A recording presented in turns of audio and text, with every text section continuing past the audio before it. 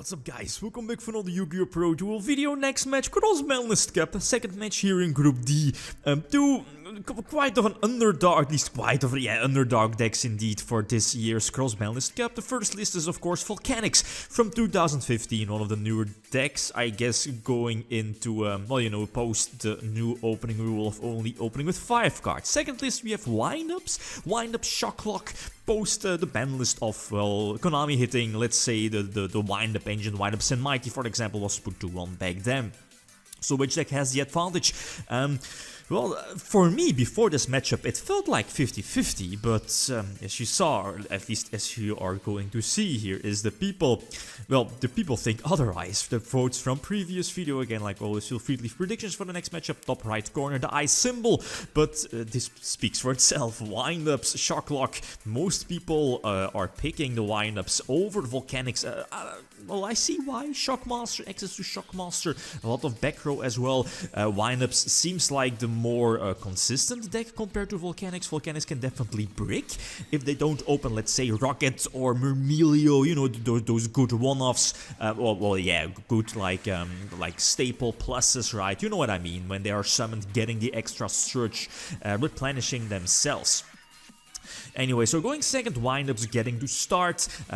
Indeed, so again, opening the rule of only 5 cards, so they'll, you know, start with 6 cards like always. So Windup Rabbit is, it's like, you know, there was like a deck before in this game's history where like multiple small beat sticks, but cards like Windup Rabbit would dodge your opponent's back row, your opponent's disruption, and that was like such a disgusting deck to play against, especially older formats. And anyway, so both Zenmates and Zenmaity, I can just attack over. Okay, Murmelio will get negated by effect filler. That's fine, no search for, well, probably Bonus Treble or any other treble, right?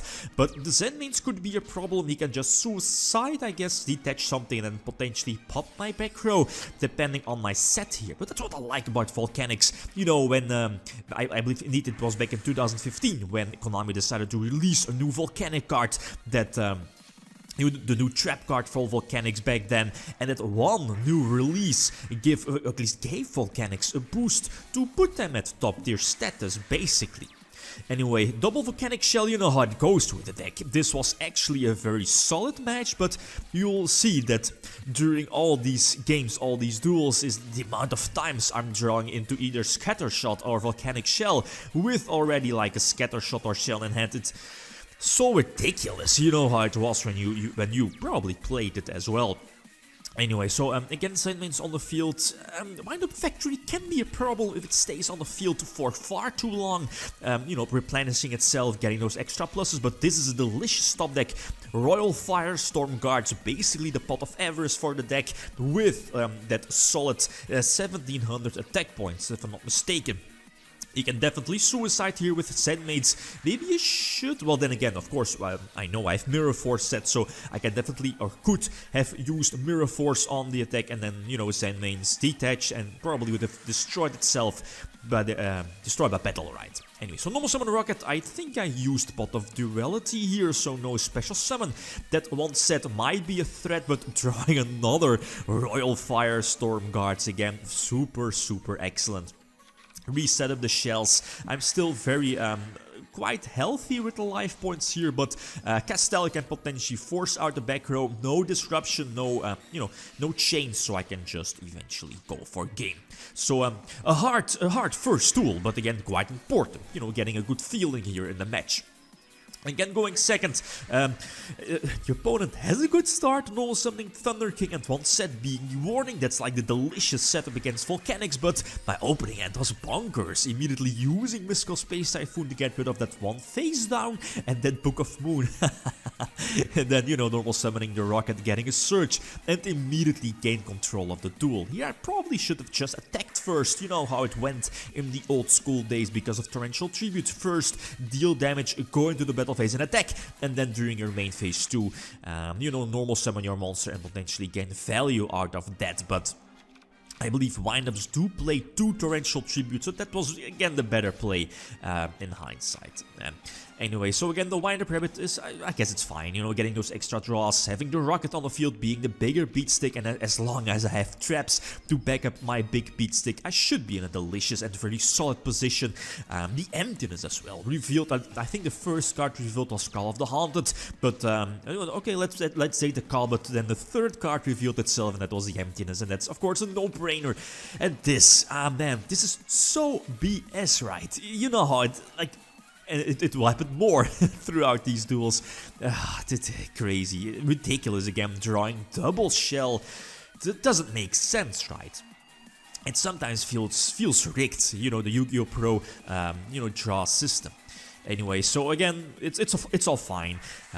Using Scatter Shot again, it's Raigeki effect during the opponent's turn, and of course giving the opponent some extra burn damage as well. And this is game, again, a very solid game. Flipping over Rocket, normal summoning another Firestorm guard, you know, resetting that Scatter Shot, etc. And then again drawing a Scatter. They're always right. Why not, you know, sending those small Volcanics back to the deck and draw all those delicious traps, like the ideal situation. Anyway, so game number 3 felt comfortable again, but, well, this feels already game over. The opponent opening up with wind-up Magician Shark, you know, that's one of the best 2-card combinations ever in this game's history, calling spells, I think. But yeah, I don't think this deck does run too many spells. Well, I don't think there is no Heavy Storm, right? No Darkle, I think, but, well, there is Raigeki, of course, with a trap card. Double Rocket, definitely could get myself here out of this situation. The potential search of the Volcanic Trap card, and then with my Mystical Space Typhoon set, I could potentially destroy my own Volcanic Trap card to put it in the graveyard, and then, you know, using the banish effect to send Scatter Shot and then Raigeki my opponent's board. So I'm still very much alive in this duel, so setting the, you know, the Blaze Accelerator, I believe it's Reload, right? Shockmaster calling traps, I think? Yep, indeed, Chain the Trap card, getting an extra draw, and then, well, I think I have to Typhoon here, and then, you know, banish it to Raigeki my opponent's entire field, thanks to the Blaze Accelerator trap card. But, again, the Zen Maid is one of those main deck answers against this deck, and eventually is going to activate the Monster Reborn. Again, that wind-up red, and, well, you can just go for another rank 3 Exceed play. Yeah, the Acid Golem definitely is enough attack power he needs to go for game. So game number 4 again, I go first, and I'm like, well, this is terrible. Not opening with Mermelio, not opening with Rocket, even after Pot of Duality, that's a huge problem. You know, I'm losing my momentum, and this, on top of that, the opponent opening with Wind Up Factory and best case scenario for him, the wind-up rabbit, and then, you know, he can just gain those free pluses either during my turn or during his own turn. Well, you know, wind-up rabbit will be special summoned back during his next standby phase, I think, but you know what I mean. It gains those extra pluses, eventually forcing out your opponent's negations, your opponent's resources, and then you can just go for wind-up Magician Shark or whatever, right? Multiple wind-up rabbits, and rats will also gain advantage, reborning every time something from the graveyard, opening up those delicious rank 3 Exceed plays. And now he does opt to go for the Magician Shark play. I think he knew I searched bottomless, so yeah, normal summoning Thunder King definitely was not a good option, I guess. Tour Guide, well, keeping Tour Guide for later. Again, the potential Send Mighty play is still live. Send Mains is still in the extra deck, I think. But yeah, again, just slowly grinding through my resources. And this was, I guess, a bit wishful thinking.